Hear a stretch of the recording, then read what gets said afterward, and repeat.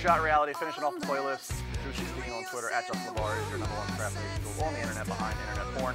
Juice, let's wrap it up with the popular topics. Let's wrap it up. Your favorite topic. Oh my God. Your two favorite By topics. the way, in do you know WWE. what today is? It's Rusev. It's Rusev Day. Wow. Good guess. What is more over right now in the WWE land? Is it Rusev Day, or is it the lightning in the bottle of the man, the monster, the freak known as Braun? You done? Question mark. Go ahead. Well, I think it's interesting that they're both on two separate brands, and they're both kind of meteorically rising here. And in Philly, both guys were extremely over, and I'm curious to see how Mania looks for both of them. If Braun goes against Miz, if that's really a thing. And I don't know if Rusev's just going to go into a Battle Royal type situation, if he's going to win the U.S. title. And I don't know. You also don't like the pairing, the possible pairing with Braun and Alexa Bliss. Well, leading into further things, but when I go on WWE.com. And this was the first mixed match challenge that I watched, was the one because it had Braun in it. Apparently, I was one of the only ones watching it because I guess the viewership dropped greatly.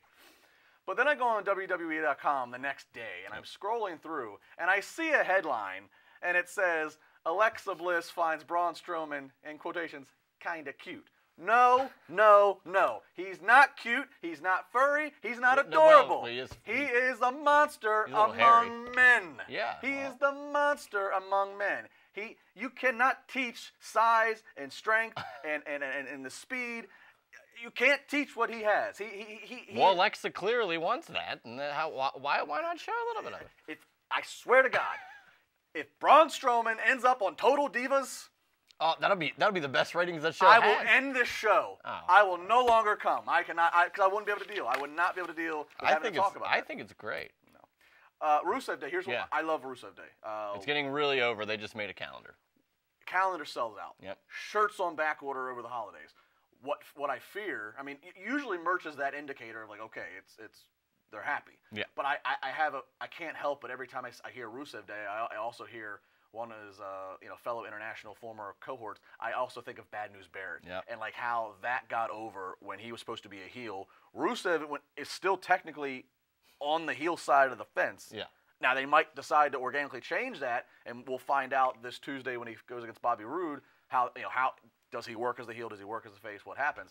But I just have that fear of it's getting so over, and if it gets over at the time that Vince or creative doesn't want, I fear they're going to pull back on it. And that isn't that interesting? How if you're a face and your merch is going through the roof, you just keep getting that push. But if you're a heel and you're moving up all the merch, then it just stops. Like you can't have that success. We're sorry, no more merch for you. Well, the problem I have, and and I'm not usually overly critical of WWE, but I get critical of this, is that the rules apply to different people. Yeah. The Miz is a tremendous heel.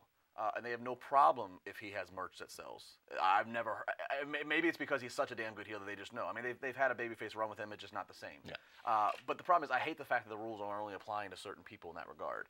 Bad News Bear, that shirt, I have that shirt. You know me, I never buy wrestling shirts. True. I have that shirt. I'm afraid I have, it was just so popular, and for it to get pulled the way, especially when, now I'm going on a Barrett tyrant, especially when Barrett had like several different gimmicks that they were trying to get over and had some failures. Like the King and all that. Well, the King Barrett, the Bare Knuckle Brawler, I all that don't even remember that stuff. The leader of the Core. What the F is the Core? Oh, that was trash. So now I don't know why I'm talking about this. It's irrelevant at the point. Well, what's more over? What's more your over? answer? I'm going to go with Rusev.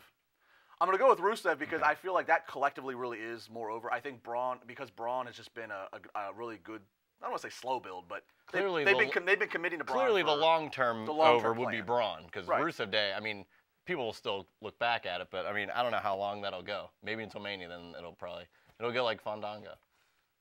Wow, another one. We're really pulling out the nostalgia. Nostalgia. All right. That's going to wrap it up for the weekend here. We hope you enjoyed everything. Make sure you check us on social media at Juicy Speaking, at Justin LeBar, at CS Reality. Go to Facebook, you can like it there. Make sure you subscribe, like, comment, share, do what you got to do. We'll be back next week.